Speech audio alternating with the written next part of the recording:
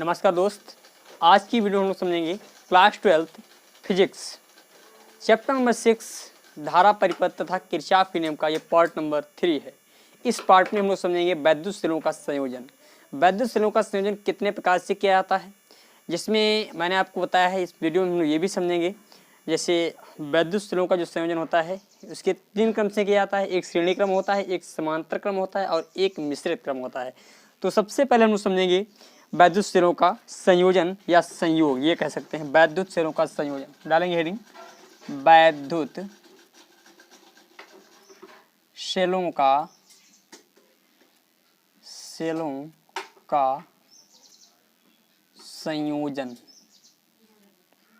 वैद्युत सेलों का संयोजन, वैद्युत सेलों का संयोजन जो है 3 प्रकार से किया जाता है। इसमें जो पहली विधि है आपकी श्रेणी क्रम विधि द्वारा, और दूसरी जो विधि है आपकी समांतर क्रम विधि द्वारा, समांतर क्रम, या इसी को कहते हैं पार्श्व क्रम, और एक होता है मिश्रित क्रम। तीसरा जो आपका होता है उसे हम लोग कहते हैं मिश्रित क्रम।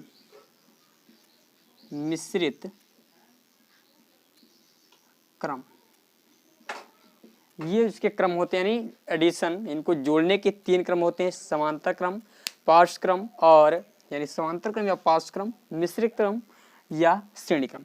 तो आज हम समझेंगे श्रेणी क्रम क्या होता है। श्रेणी क्रम से देखिए, तो सबसे पहले हेडिंग डालेंगे श्रेणी क्रम संयोजन। श्रेणी क्रम संयोजन, श्रेणी क्रम संयोजन में क्या होता है देखिए, इसमें सेलों को श्रेणी क्रम में, सीरीज मतलब श्रेणी मतलब क्या होता है, सीरीज। जैसे मैंने एक ये बैटरी ले ली, ये सेल है और ये सेल का आंतरिक प्रतिरोध है, ये सेल का आंतरिक प्रतिरोध है, इसे मैंने मान लिया R है, और इस सेल का वैद्युत वाहक बल E है, इस सेल का जो है वैद्युत वाहक बल E है। इसी में मैंने एक दूसरी सेल जोड़ी। अब ध्यान रखें, दूसरी सेल को जोड़ेंगे किस प्रकार, ये इसका पॉजिटिव सिरा, ये इसका नेगेटिव सिरा। श्रेणी क्रम में होता क्या है, एक सेल का पॉजिटिव सिरा दूसरी सेल के नेगेटिव सिरे से जुड़ा होता है। एक सेल का जो पॉजिटिव सिरा दूसरी सेल के नेगेटिव सिरे से, और दूसरी सेल का नेगेटिव सिरा तीसरी सेल के पॉजिटिव सिरे से जुड़ा होता है। तो इसे मैंने मान लिया पहली सेल है, और पहली सेल का जो है नेगेटिव सिरा दूसरी सेल के पॉजिटिव सिरे से जुड़ेगा, पॉजिटिव सिरे से। ये पॉजिटिव हो गया, ये नेगेटिव, और ये सेल का आंतरिक प्रतिरोध है, ये R है। फिर मैंने इसको जोड़ दिया, और यहाँ पर फिर पॉजिटिव होगा, फिर नेगेटिव।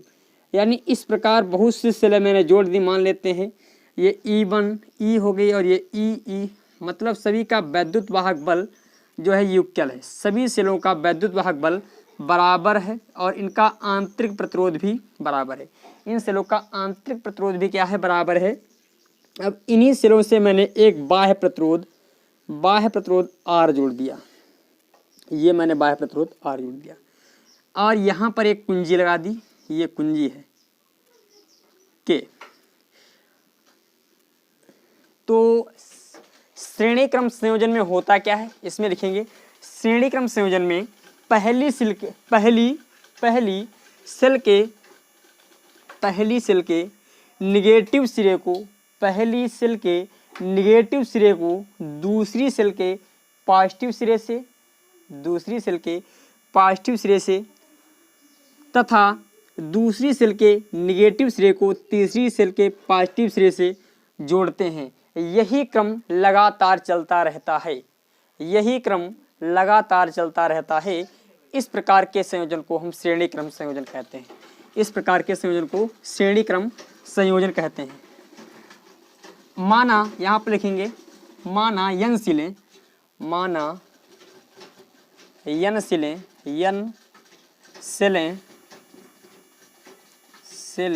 श्रेणी क्रम संयोजन में, श्रेणी क्रम संयोजन में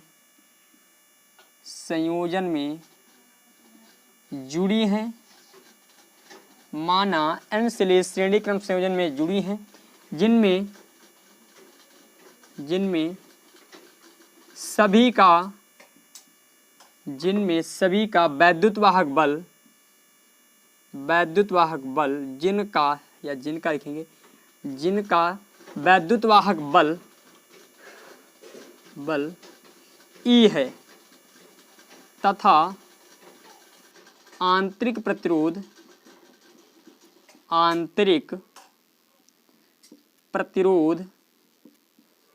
R है। मतलब मैंने क्या बताया, यानी n सेलें हैं, सेलों की संख्या कितनी है n, मतलब बहुत सी सेलें हैं और उन सेलों को मैंने क्या किया है, श्रेणी क्रम में जोड़ा है। जब मैंने सेलों को श्रेणी क्रम में जोड़ा तो इन सभी सेलों का वैद्युत वाहक बल क्या है, हमारा समान है। मतलब समान वैद्युत वाहक बलों की सेलों को मैंने श्रेणी क्रम में जोड़ दिया और इनका आंतरिक प्रतिरोध भी क्या है, समान है। तो मान लेते हैं, तो मैंने मान लिया कुल वैद्युत वाहक बल क्या हो जाएगा भैया, श्रेणी क्रम में है तो श्रेणी क्रम में कैसे ऐड करेंगे, देखिए श्रेणी क्रम के अनुसार, श्रेणी क्रम में यदि हम वैद्युत वाहक बल E निकालना चाहें, यानी परिपथ या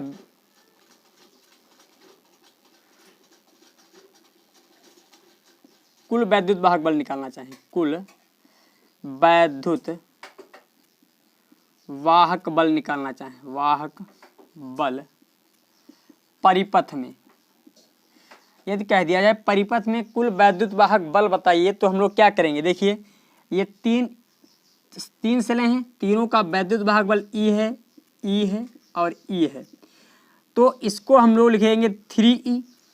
क्या लिख देंगे, 3E।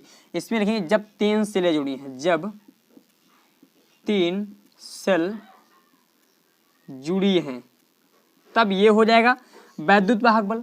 और यदि अब की बार मैं सेलों की संख्या को कर दूं n, यदि n सेलें जोड़ दी जाएं, यदि n सेलें श्रेणी क्रम में जोड़ दी जाएं, श्रेणी क्रम में जोड़ दी जाएं तो कुल विद्युत वाहक बल जो हो जाएगा, क्योंकि यहाँ पर 3 सेलें थी तो 3E हो गया, और यदि n सेलें जोड़ेंगे तो हो जाएगा वैद्युत वाहक बल इनका NE हो जाएगा। क्या हो जाएगा, NE। अब भैया श्रेणी क्रम में ये आंतरिक प्रतिरोधों को जोड़ा जाए, क्योंकि प्रत्येक सेल का प्रतिरोध R है, प्रत्येक सेल का आंतरिक प्रतिरोध क्या है, R है। यहाँ पर लिखेंगे प्रत्येक सेल का आंतरिक प्रतिरोध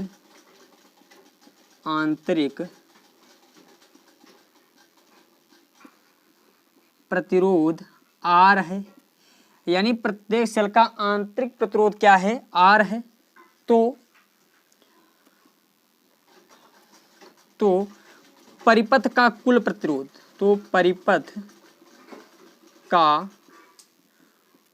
कुल आंतरिक प्रतिरोध, यहाँ पर कुल आंतरिक मतलब सेलों का आंतरिक प्रतिरोध को अभी मैं जोड़ूं कब, जब सेलों की संख्या n है तो भैया यहाँ पर हो जाएगा NR। कैसे, क्योंकि भैया श्रेणी क्रम में जब हमारे प्रतिरोध जुड़े होते हैं तो उनको ऐड करने का एक सिंपल सा फार्मूला होता है, R1 कर देते हैं, R2 कर देते हैं, प्लस का R3 कर देते हैं, परंतु यहाँ पर सभी की वैल्यू समान ही दे रखी है, तो भैया R जैसे हमने E और E यानी 3E को जोड़ा तो हमने लिख दिया यहाँ पर 3E। इसी प्रकार मैंने बताया जब श्रेणी क्रम में n सेलों को जोड़ेंगे तो कुल वैद्युत वाहक बल NE हो जाएगा। इसी प्रकार मैंने क्या होता है, जब प्रत्येक सेल का आंतरिक प्रतिरोध R है तो कुल जो है आंतरिक प्रतिरोध NR हो जाएगा। कब, जब परिपथ में n सेलें जुड़ी हैं, ये कब के लिए है, जब परिपथ में n सेलें जुड़ी हैं, यानी अब ये केवल आंतरिक प्रतिरोध इसको और इसको इन सभी को जोड़ लिया। अब मैं बात कर दूं इस पूरे परिपथ का प्रतिरोध, इस पूरे परिपथ का, क्योंकि यहाँ पर तो ये तो आंतरिक प्रतिरोध हो गया, ये वाला भी आंतरिक प्रतिरोध हो गया, ये वाला भी आंतरिक प्रतिरोध। अब हमें कुल प्रतिरोध की बात करनी है तो कुल प्रतिरोध में भैया हमारा ये कैपिटल R भी आ जाएगा, तो भैया परिपथ का कुल प्रतिरोध क्या हो जाएगा, तो परिपथ का कुल प्रतिरोध हो जाएगा हमारा, कुल प्रतिरोध हो जाएगा भैया क्या, NR plus R, NR plus R. अब मुझे जो है परिपथ में धारा का मान निकालना है, क्योंकि मैंने इन सेलों को इतनी सेलों को जब जोड़ा तो धारा कितनी प्रवाहित होगी। तो धारा के लिए एक फार्मूला मैंने आपको बताया था, I बराबर क्या होता है, E/R प्लस कैपिटल आर। ये धारा का फार्मूला मैंने कल की वीडियो में आपको बताया था। यदि आपने कल की पिछली वीडियो नहीं देखी है तो मैं आपसे यही कहूँगा, सबसे पहले जाइए और उस वीडियो को देखिए विधिवत रूप से, तभी आपको ये चीज़ें समझ में आएंगी। ध्यान रखें, ये कल की वीडियो में। और यदि आप विधिवत रूप से पढ़ना चाहते हैं फिजिक्स एक तरफ से पॉइंट बाय पॉइंट और एग्जाम अच्छी तरीके से क्रैक करना चाहते हैं, तो मैं आपसे यही कहूँगा आप हमारे जो है चैनल यूनिक ज्ञान एकेडमी को सब्सक्राइब करें। और जैसे आप सब्सक्राइब करेंगे उसके बाद जो है ऑफिशियल वेबसाइट पे जाइए, मतलब हमारे चैनल के होम पेज पे जाएंगे तो यहाँ पर लिखा हुआ होम, यहाँ पर वीडियोज, यहाँ पर प्लेलिस्ट। तो आप प्लेलिस्ट में जाने के पश्चात प्लेलिस्ट में आपको 2 प्लेलिस्ट जो क्लास 12 के लिए बहुत इंपॉर्टेंट रहेंगे, बहुत कह सकते हैं हेल्पफुल होंगी। एक प्लेलिस्ट है जिसका नाम है फिजिक्स पढ़ें एकदम शुरुआत से, फिजिक्स पढ़ें एकदम शुरुआत से, उस पर आप क्लिक कीजिए और एक तरफ से सभी वीडियो, एक तरफ से चैप्टर पहले 1 फिर 2 फिर 3 4 5 इस प्रकार से सभी क्रम से मैंने वीडियो सेट किए हैं। उनसे आप एक के बाद एक वीडियो को पढ़ें, तब आपकी अच्छी तरीके से फिजिक्स क्लियर हो जाएगी। यदि आप पढ़ना चाहते हैं तो, यदि आप पढ़ने वाले स्टूडेंट हैं तो, और अदरवाइज टाइम पास करने वाले स्टूडेंट हैं तो टाइम पास कीजिए, आप जा सकते हैं। अब देखें, ये हमने मान ली परिपथ की धारा के लिए फार्मूला ये होता है। तो यहाँ पर देखें E बराबर क्या दे रखा है भैया, E बराबर जो हमारा दे रखा है NE, और यहाँ पर जो R बराबर दे रखा है, यानी ये कुल प्रतिरोध, यानी R का जो मान दे रखा है, जो R का मान है हमारा क्या है, ये दे रखा है भाई, कुल प्रतिरोध ये है।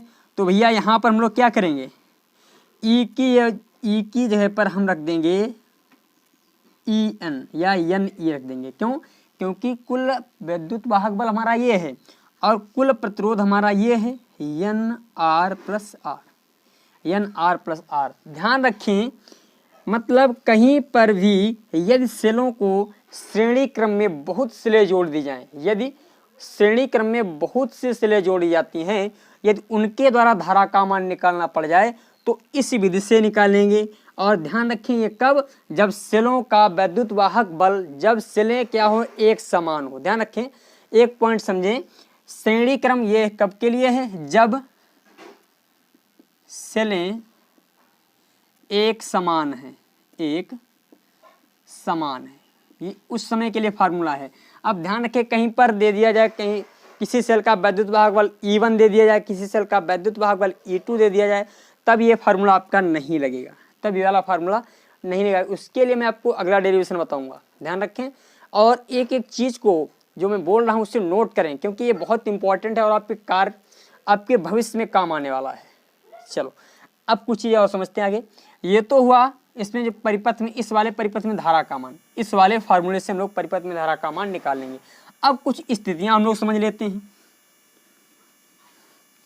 इस फार्मूले से कुछ स्थितियां क्या निकलेंगी उनको समझते हैं। देखें,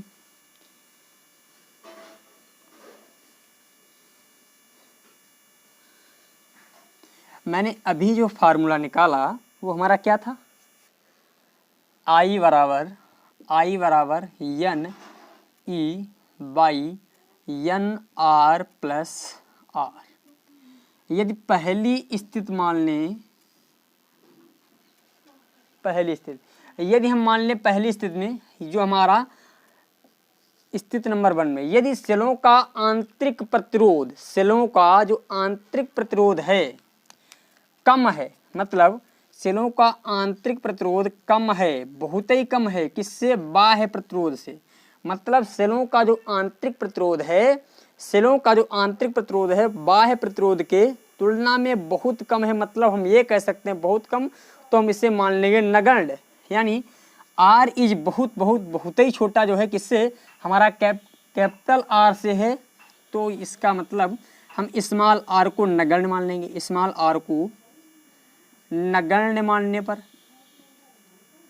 नगण्य मानने पर, जब हम इसे नगण्य मान लेंगे तो मतलब I बराबर हो जाएगा यन ई वाई। और भैया इसको मैंने क्या देखिए, अच्छा बहुत छोटा है क्योंकि हमारा ये बहुत छोटा है ना, तो इसको जब मैंने नगण्य माना तो यहाँ पर हो जाएगा 0, यहाँ पर क्या हो जाएगा हमारा 0 हो जाएगा, और यहाँ पर आ गया हमारा r, यहाँ पर क्या आ गया हमारा r। तो I बराबर क्या निकला N into E Y R, N into E Y R निकला। तो इसका मतलब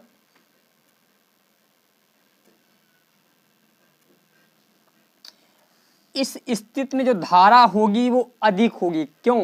क्योंकि देखिए भाई एक सेल के द्वारा इतनी धारा प्रवाहित होगी, एक सेल के द्वारा धारा इतनी, और तो टोटल जो धारा हो जाएगी एक सेल की धारा के n गुनी हो जाएगी। यानी जितनी आपने सेलें जोड़ी है, मतलब समझो यहाँ पर कैसे हमने बताया, मान लेते हैं ये कोई हमारा परिपथ है, इसमें एक ये सेल जुड़ी है, एक ये सेल जुड़ी है और एक ये सेल जुड़ी है। अब ये प्रत्येक सेल जो है 2 एम्पियर की धारा प्रवाहित कर रही है, 2 एम्पियर की, और ये भी 2 एम्पियर की। प्रत्येक सेल जो है 2 एम्पियर की धारा प्रवाहित कर रही है। कब? जब इसमें जो है आंतरिक प्रतिरोध जो है, आंतरिक प्रतिरोध मतलब कम है, मैंने गलत कर दिया क्या? हाँ, आंतरिक प्रतिरोध क्या है हमारा? कम है बाह्य प्रतिरोध से, मतलब आंतरिक प्रतिरोध कम है बाह्य प्रतिरोध से। तो उस समय जो इन सेलों के द्वारा जो प्रवाहित धारा होगी एक सेल के, यानी एक सेल की धारा के n गुनी होगी। n गुनी मतलब जहां पर n क्या है हमारा सेलों की संख्या, जहां n क्या है सेलों की संख्या, n क्या है हमारा सेलों की संख्या। यदि यहां से हम लोग समझें n क्या है, देखिए 1 2 3, यानी सेलों की संख्या n बराबर दे रखा है, ये 3 n बराबर क्या दे रखा है 3 दे रखा है।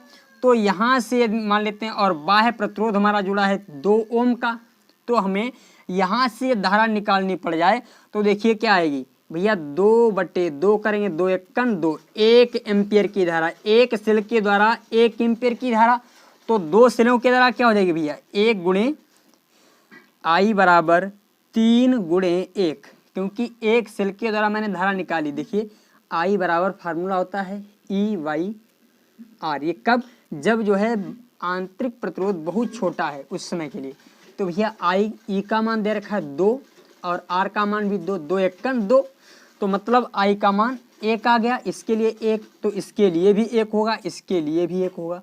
तो इन सभी सेलों के लिए निकालें तो इन सभी सेलों के लिए क्या हो जाएगा, सेलों की संख्या गुणे एक सेल के द्वारा प्रवाहित धारा का मान। तो एक सेल के द्वारा धारा कितनी प्रवाहित हो रही है 1 एम्पियर, तो आई टोटल हो जाएगी 3 एम्पियर। कितनी धारा टोटल हो जाएगी 3 एम्पियर। यहाँ से एक पॉइंट निकल के आया, लिखेंगे जब सेलों का आंतरिक प्रतिरोध बाह्य प्रतिरोध की तुलना में, जब सेलों का आंतरिक प्रतिरोध बाह्य प्रतिरोध की तुलना में नगण्य होता है तो परिपथ में जुड़ी कुल सेलों द्वारा प्रवाहित धारा एक सेल की धारा की n गुनी होती है, एक सेल की धारा की n गुनी होती है। पॉइंट लिखें, इसको थोड़ा समझें डीपली। मैंने क्या बताया भैया, फिर मैं यहाँ पर समझा रहा हूँ, क्योंकि ये कुछ पॉइंट हैं यही हमें समझने हैं, और इसकी 2 स्थितियाँ हैं।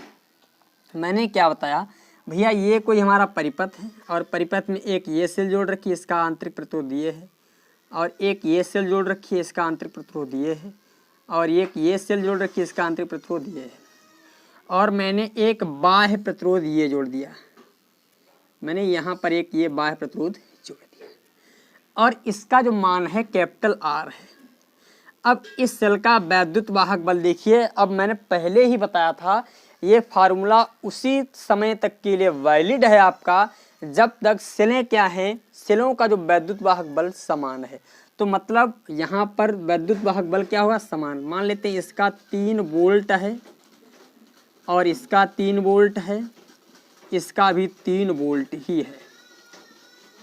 और यहाँ पर जो है प्रतिरोध का मान लेते हैं 3 ओम है। अच्छा, मैं 3 ओम इसीलिए ले रहा हूँ, बराबर वैल्यू इसीलिए लेता हूँ ताकि आपको अच्छी तरीके से समझ में आ जाए, क्योंकि ये सिंपल पड़ता है।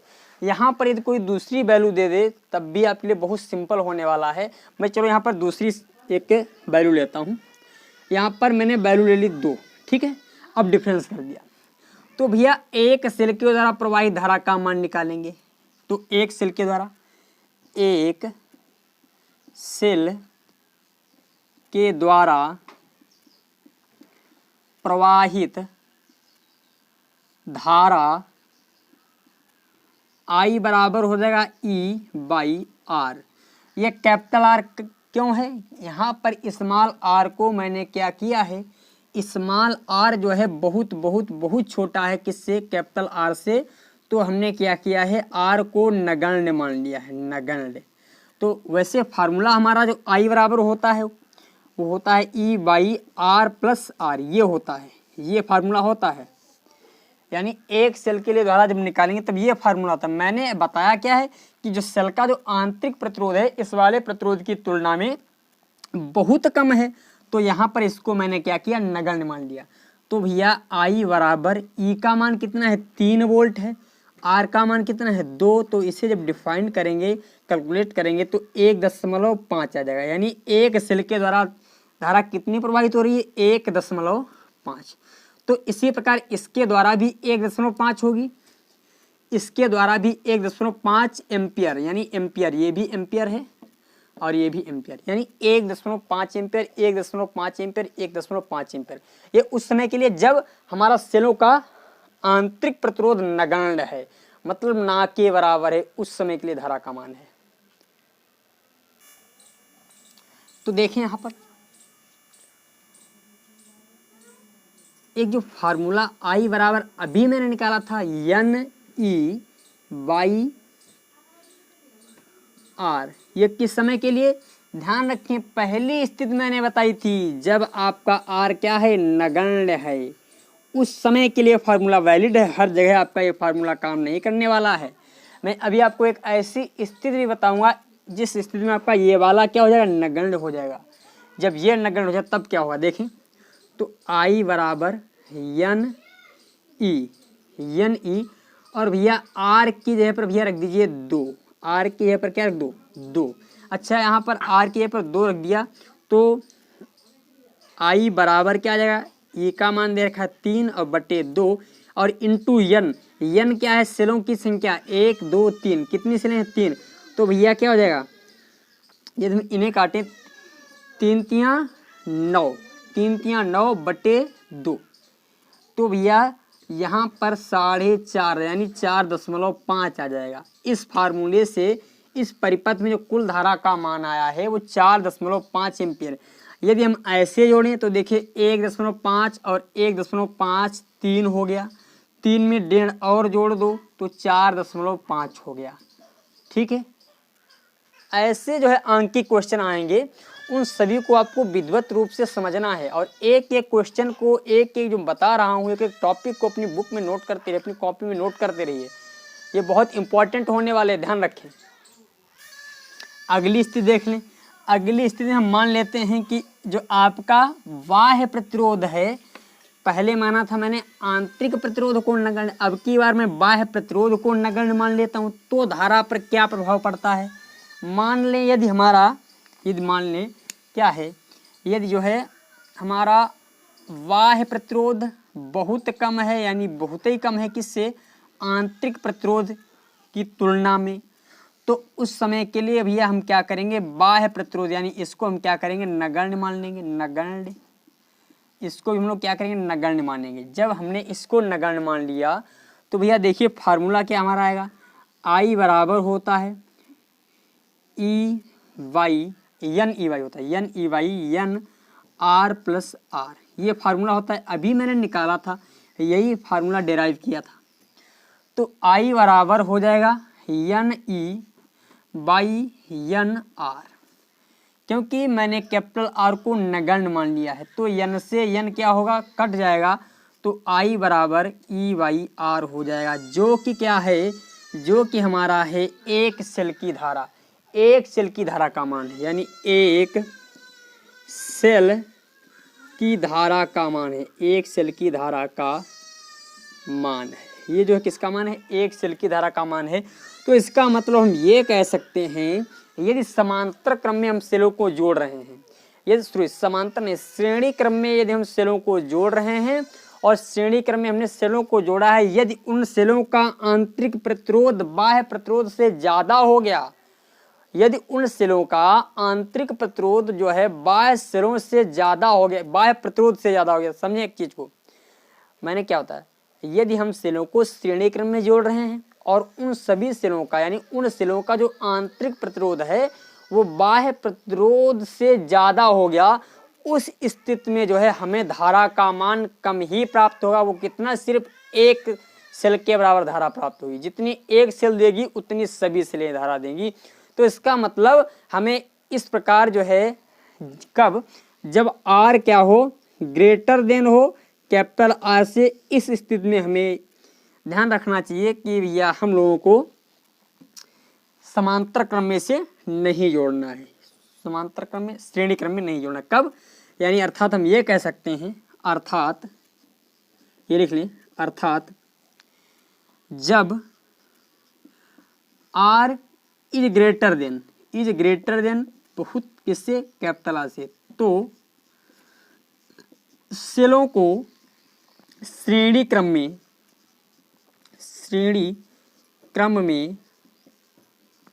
जोड़ने पर, श्रेणी क्रम में जोड़ने पर कोई भी प्रभाव नहीं पड़ता है, प्रभाव नहीं पड़ता है। धारा एक ही सेल के बराबर प्राप्त होती है, एक ही सेल के बराबर प्राप्त होती है। ये पॉइंट को नोट कर लें, धारा जो है एक सेल के बराबर प्राप्त होती है। ये तो हमारा श्रेणी क्रम हुआ। अब हम लोग समझते हैं समांतर क्रम में। समांतर क्रम में सेलों का संयोजन, इस पॉइंट को विधिवत रूप से हम लोग समझेंगे। समांतर क्रम में सेलों का संयोजन डालेंगे हेडिंग, समांतर क्रम में सेलों का संयोजन,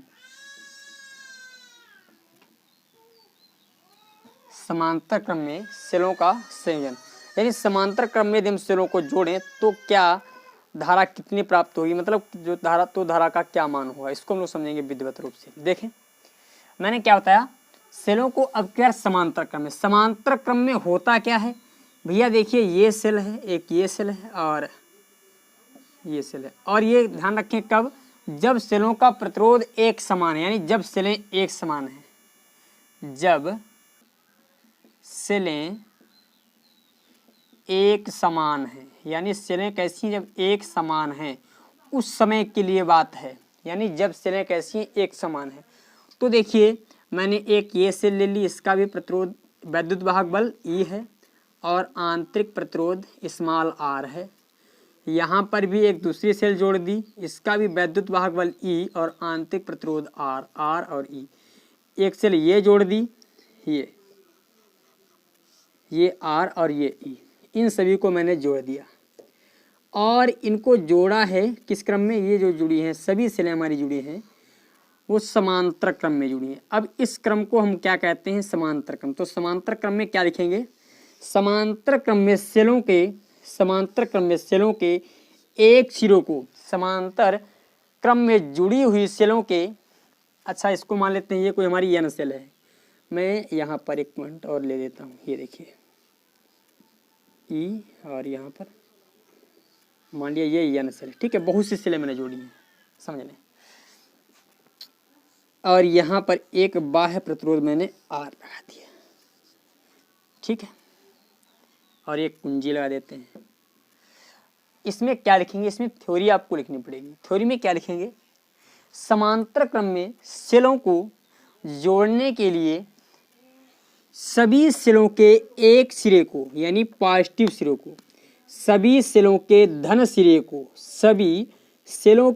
सिरे को एक बिंदु से एक स्रोत से जोड़ते हैं, एक बिंदु या एक स्रोत से जोड़ते हैं, तथा दूसरे सिरे को या ऋण सिरे को दूसरे सिरे को या ऋण सिरे को दूसरे बिंदु से जोड़ते हैं और इन दोनों सिरों के बीच हम एक बाह्य प्रतिरोध R लगा देते हैं, एक बाह्य प्रतिरोध R लगा देते हैं। ध्यान रखें, जो मैंने बोला है इसे नोट कर लीजिएगा, बैक करके विधिवत रूप से सुन करके नोट कीजिएगा। मैंने माना सभी सेलों का, लिखेंगे माना सभी सेलों का वैद्युत वाहक बल, सभी सेलों का वैद्युत वाहक बल सभी सेलों का वैद्युत वाहक बल E है। तो सभी सेलों का जो वैद्युत वाहक बल क्या है भैया, मैंने मान लिया E है। तो भैया कुल को हम मान लेते हैं, सभी सेलों का वैद्युत वाहक बल E है, तो परिपथ का मान लेते हैं। तो परिपथ का जो है कुल वैद्युत वाहक बल क्या हो जाएगा, कुल वैद्युत वाहक बल, तो परिपथ का कुल वैद्युत वाहक बल। ध्यान रखें, अच्छा वैद्युत वाहक बल जो सेलें हमारी इस प्रकार जुड़ी, इन सेलों के वैद्युत वाहक बल को जोड़ने के लिए कोई भी रूल नहीं, न समांतर हो चाहे पार्श्व क्रम में हो या श्रेणी क्रम में हो, तो इनको आराम से सीधे ही जोड़ा जाता है। मतलब जैसे इन्हें E प्लस E ऐसे ही जोड़ा जाता है। जब यहाँ पर परिपथ में कुल वैद्युत वाहक बल क्या हो जाएगा, वैद्युत वाहक बल, कब, जब सेलों की संख्या n है तो हो जाएगा n e। कब, यानी जब परिपथ में सेलों की संख्या n है तो उस समय भी वैद्युत वाहक बल हमारा n e ही होगा। अब ध्यान रखिए, प्रतिरोध को जोड़ने का क्रम बदल जाएगा, क्योंकि हमने जो है प्रतिरोधों के संयोजन में पढ़ा था, जब प्रतिरोध हमारे क्या होते हैं, समांतर क्रम में जुड़े होते हैं, उनको जोड़ने के लिए जो दूसरा फार्मूला होता है। सभी सेलों का, लिखेंगे सेलों का आंतरिक प्रतिरोध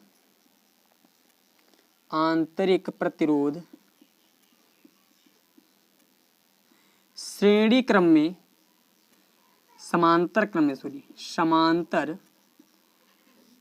क्रम में जुड़े हैं, तो परिपथ का कुल प्रतिरोध क्या हो जाएगा, प्रतिरोध सूत्रानुसार क्या हो जाएगा, सूत्रानुसार सूत्र हमारा क्या होता है भैया, जो फार्मूला जो हमारा होता है वो होता है 1/r बराबर 1/r1/r1 plus 1/r2 plus 1/r3 (rn) 1/rn, ये फार्मूला होता है हमारा। ये मैंने ओम के नियम, अभी जो पिछला पार्ट पढ़ाया था उसी पार्ट में प्रतिरोधों के संयोजन मैंने बताया था। जब इससे पिछला पार्ट आप पढ़ोगे तभी आपको प्रतिरोधों के संयोजन का ये फार्मूला आपको मिलेगा। डेराइव मैंने करवाया है विधिवत रूप से। यदि आपको ये समझ में नहीं आ रहा है तो मैं आपसे सबसे पहले एक बात कहूँगा, आप जाइए और सभी वीडियो पिछले चैप्टर जो है मैंने पढ़ाया है और उन सभी वीडियो को ध्यान से देखिए, तभी आपको चैप्टर समझ में आएगा, अदरवाइज इसमें आपको दिक्कत होने वाली है। अब देखिए यहाँ पर प्रत्येक सेल का जो है आंतरिक प्रतिरोध क्या है, R है। यदि प्रत्येक सेल का आंतरिक प्रतिरोध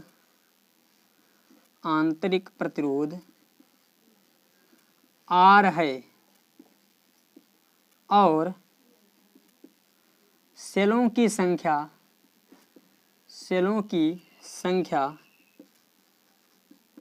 n है, तो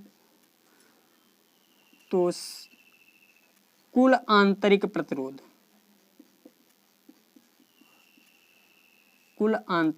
प्रतिरोध क्या हो जाएगा भैया।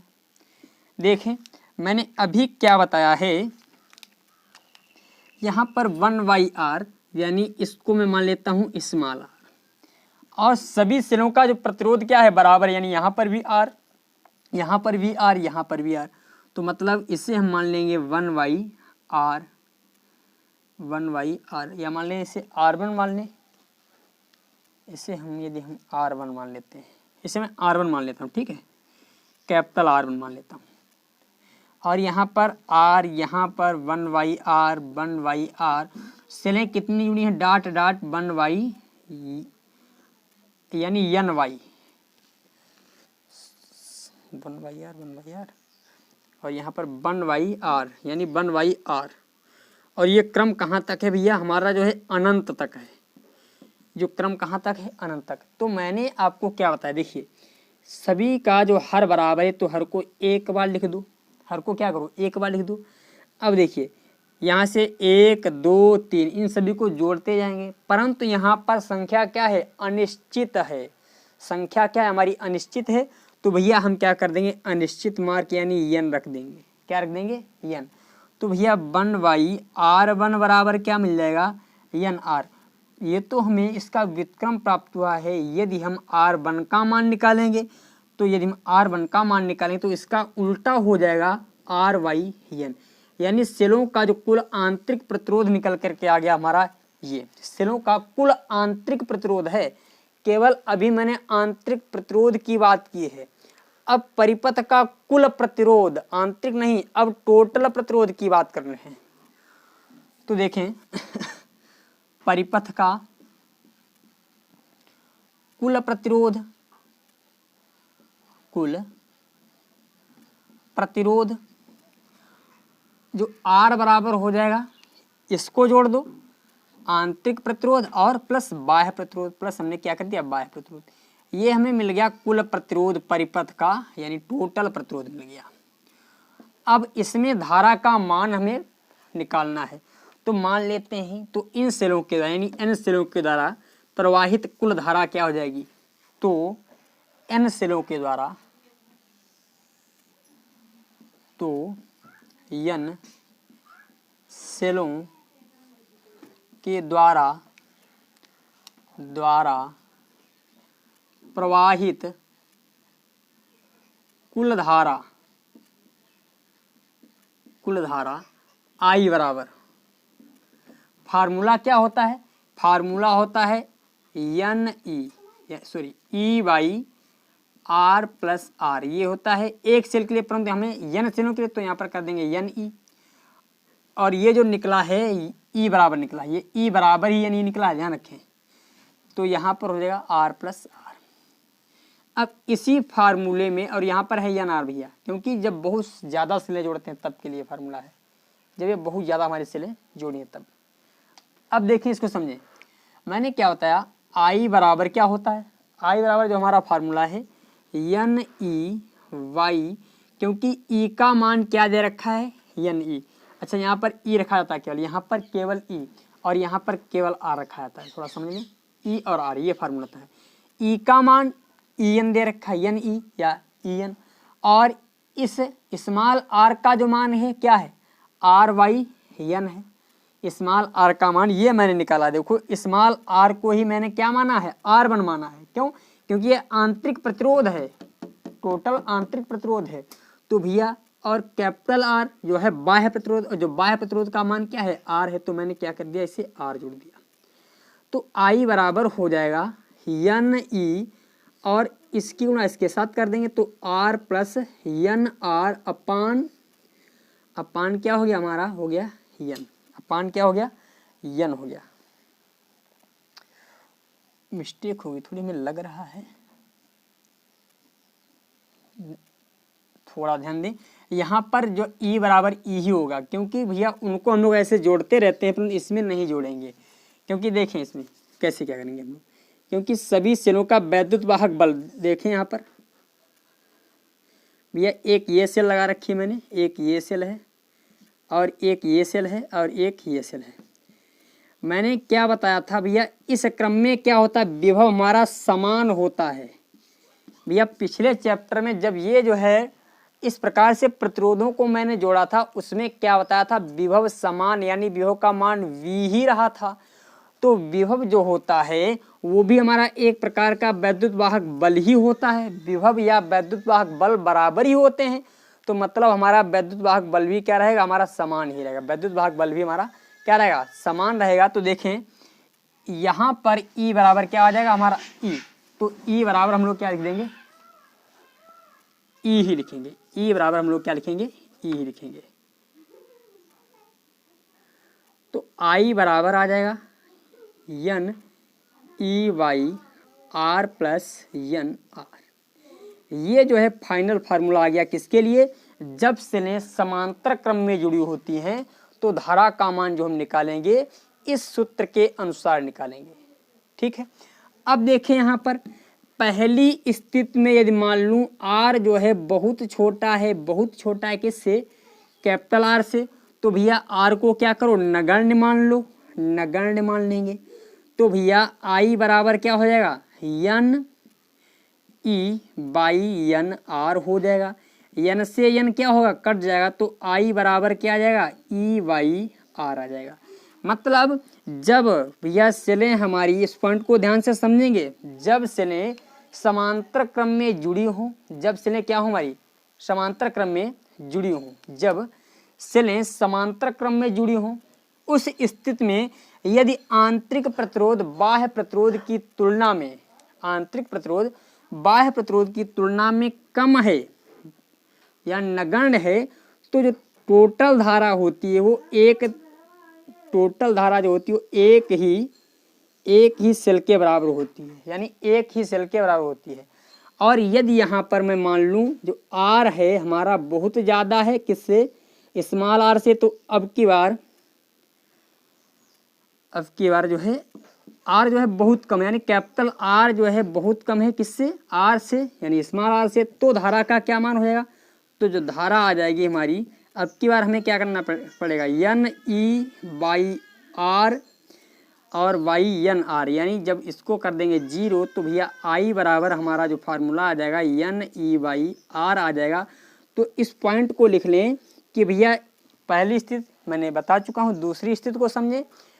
यदि सेलों का आंतरिक प्रतिरोध बाह्य प्रतिरोध से अधिक है, सेलों का आंतरिक प्रतिरोध बाह्य प्रतिरोध से अधिक है, सेलों का आंतरिक प्रतिरोध बाह्य प्रतिरोध से अधिक है, तो धारा का कुल मान एक सेल के धारा का n गुना हो जाता है।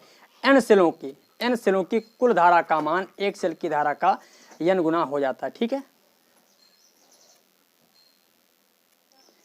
आज की वीडियो यहीं तक रहेगी। अगली वीडियो में फिर हम लोग समझेंगे जो है अगली स्थिति में क्या होगा। अभी मैंने सेलों को समान यानी एक जैसी सेल ली थी, और जो अगली वीडियो आएगी उसमें क्या होंगी, सेलें हमारी डिफर होंगी, यानी अलग अलग सेलें होंगी जिनका वैद्युत वाहक बल भी डिफर होगा और प्रतिरोध भी क्या होगा, हमारा डिफर होगा। ये सभी चीज़ें होंगी। तो आज की वीडियो यहीं तक, और फिर मिलेंगे अगली वीडियो में। तब तक के लिए आपको नमस्कार, धन्यवाद। फिर मिलते हैं अगली वीडियो में।